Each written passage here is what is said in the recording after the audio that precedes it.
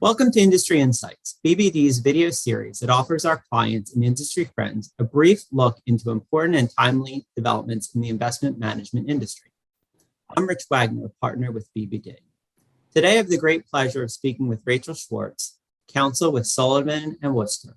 Rachael and I will be speaking about the SEC's proposed rules on cybersecurity, risk management, strategy, governance, and incident disclosure by public companies, and how this will affect the fund industry. Rachael, can you provide a brief overview of Sullivan and Worcester's work in the investment management industry? Sure. Thank you, Rich. Sullivan and Worcester's investment management practice covers a wide range of areas. We represent all types of investment management companies, open-end funds, closed-end funds, ETFs, BDCs. We also represent their independent board of trustees and complying with their governance responsibilities. Great. So let's get started. Can you provide a summary of Rule 38A2? Sure. So the proposed Rule 38A2 would require funds to adopt and implement cybersecurity's policies and procedures that are reasonably designed to address cybersecurity risks, and kind of going to just call that a cybersecurity program. While there's certain elements that every fund would have to address, they also would have to tailor them for their own specific facts and circumstances. So briefly, a fund would have to periodically assess, categorize, prioritize, and document in writing its specific cybersecurity risks. The assessment would also involve identifying any service provider that has access to any fund information systems or fund information. There would have to be controls in place to minimize user-related risks and prevent unauthorized access to information and systems. And the level and type of control that would vary depending on the types of information that are stored on those systems. Funds would have to have ongoing threat assessments, and if a vulnerability or a threat is identified, it would have to be remediated as soon as possible. Funds would have to measure, to detect, respond to, and recover from cybersecurity incidents. And on an annual basis, the effectiveness of the program would have to be reviewed.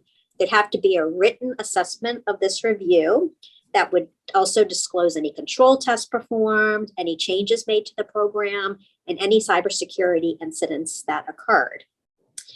The rule does allow for some flexibility as to who is going to implement and oversee the cybersecurity program. So it could be an internal person, such as somebody that works at the advisor or fund officer, or it could be an outside third-party service provider.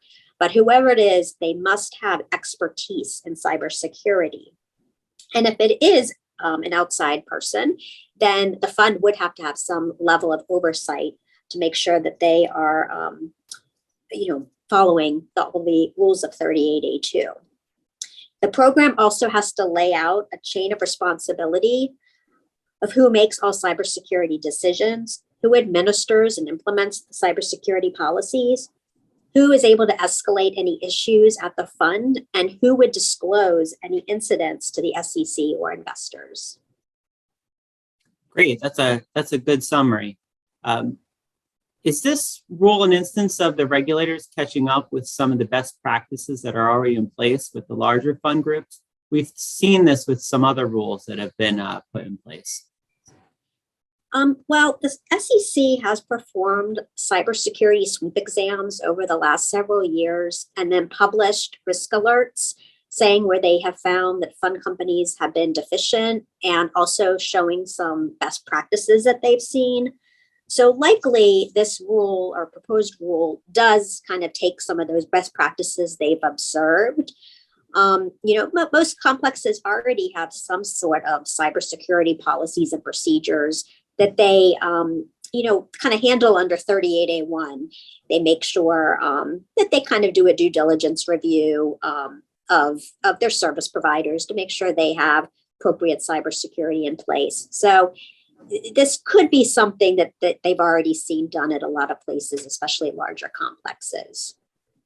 Great. So how will the new security policies and procedures be administered? I think this is going to depend on the type of complex. A very large complex or one that's affiliated with a larger organization may have access to, internal information technology departments, or they could have chief information security officers and whole departments that have the resources and expertise to implement and oversee these programs. It's the smaller complexes, the smaller shops that don't have a lot of resources that, would most likely have to go out and hire, third parties that would have the expertise. And then you have things such as, series trusts, where it's a trust with, many different advisors involved, but otherwise there's commonality of other service providers. So in those cases, perhaps it'd be some sort of a hybrid model where the funds that are in the trust together can work on a program to oversee all those service providers, but there'd still have to be an element to handle each of the separate advisors. Great. So 38A2 requires each fund to periodically assess, categorize, prioritize, and document in writing the cybersecurity risks associated with its information system and the information residing therein. How often do the funds have to assess their cybersecurity risks? So under the proposal, they would have to do an assessment at least annually to see how the effectiveness of the program. But there also would have to be a reassessment whenever there's any change that could affect the fund's cybersecurity risks. So any events that occur during the year might trigger a need for a reassessment. Any emerging cybersecurity threats that come out, or if there's any changes in the fund business, new programs being used, additions to their online presence, anything that might, add new cybersecurity risks that were not previously considered. And, that the release for the proposing rule does say, the funds would really probably need to sign up for all kinds of alerts from the private sector and government resources to be able to stay up to date on these emerging cybersecurity risks. So what kinds of controls would be used to minimize the user-related risks and prevent unauthorized access? So, they talk about the fact that pretty much everything would have to be customized so that the only people that have access to systems are the people that need to have access. So, for example, a portfolio manager would need access to trading systems to be able to actually enter in trades, whereas compliance personnel would maybe only need access to review and approve trades, but you wouldn't want them to be able to enter in trades. So there would have to be a lot of controls for that, such as maybe user credentials, digital rights management, and multi-factor authentication. If your employees are working remotely, there'd have to be additional controls that you might want to put in place. And then separately at the investor level, there'd have to be controls to make sure that you don't have unauthorized logins to client accounts. There'd be controls to kind of trigger if there's too many login attempts that fail, that would trigger you looking into it, or if there was an unusual client request. And that might need to be customized based on whether you think your clients are coming in from, say, a cell phone or a computer. And although, these shareholder logins usually are going to be at the TA level or at their broker, at their brokerage account, the fund would have to make sure it kind of has agreements with the TA so that it is able to assess their cybersecurity risks in order to meet the responsibilities under 38A2. So, this could get a little complicated of having to get all this oversight over all these people that are much farther away from the fund than the advisor itself.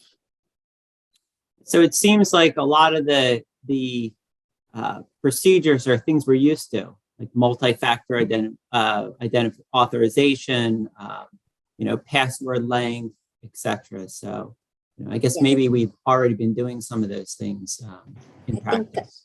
I think so. Yes, probably a lot of it is being done. Great. So how would this affect the fund's relationship with their service providers? So, again, I think, sort of a general oversight of all service providers is already done under the 38A1 programs. And so, compliance goes and does these due diligence visits, and cybersecurity is something they look at. But now, there might be having to get a bit more in depth, specifically on, many more aspects of their cybersecurity programs. And this might be something where this new cybersecurity expert who is in charge of the program would perhaps go along with the CCO to these due diligence visits, or would maybe have to do, additional reviews. It's just hard to know, and how much access would the service providers give to these people to let them know about their inner workings. That's also, a question. Great. So the proposal requires funds to adopt measures to detect, respond, and recover from cybersecurity incidents. What do you think some of these measures will look like? Sure. I think, again, this is something that funds already do a lot of. But, for example, if they don't back up their data on a continuous basis, that would be something they would need to start doing. You have to have this, detailed response plan, listing out the specific personnel that are going to respond in the event of a cybersecurity incident, and an escalation plan. That might be something, funds don't have already. And one specific event that is discussed in the proposal is that, funds obviously rely on service providers to help calculate their NAV, their net asset value, every day. And so, they need to assess what kind of cybersecurity risks are involved with that. And if something happened at that service provider so that the NAV couldn't be calculated, what are they going to do? They need to have policies and procedures with alternative ways they could calculate that NAV in such an instance. But, again, I think this is something, a lot of people, over the years have sort of developed. It might just be more detailed than they have already. But I think a lot of these questions do come up already in board meetings and discussions. So in the proposal, I also read that you have to disclose any cybersecurity instances. How would that work? Sure. Well, generally, you would have to have disclosure in your registration statement if there was any significant cybersecurity risk affecting the fund or its service providers in the last 2 years. Unclear whether or not, this specific event actually affected the fund at the service provider level or just an incident with a service provider. But they also note that these disclosures have to be timely. And so that could start requiring there to be stickers to the registration statement every single time there's an event, which obviously would get a lot more press and other things if these are coming out. So that's an interesting development. We'll see if that's something that stays in the proposal. So what would be required of the board under this proposal? Well, the board would have to initially approve the cybersecurity program, kind of like with, 38A1 and the liquidity risk program. They can rely on summaries provided by others to evaluate the program. But this is one area boards are a bit concerned with the proposal, and that now they're thinking, do they need to have cybersecurity experts on the board? Because how can they really evaluate if this program is reasonably designed when they don't have cybersecurity expertise? Annually, they would have to review the report, make sure that they're thoroughly covering their oversight responsibilities. And they also would need to question, does the fund feel like it has enough resources to cover, everything under the cybersecurity rule, or do they feel like they need more resources? Would any amendments to fund disclosures be required? Yeah, again, I think there would be, if you're aware of a cybersecurity incident, you would disclose that. I think at this point, most funds do have general cybersecurity risks kind of already in the registration statement. To the extent somebody doesn't have that, I think they probably would start adding that in. But those are probably the main events. And then, of course, if you actually have a cybersecurity event, you would have to, disclose that at some point to the SEC and then possibly to investors also, depending on the materiality of the incident.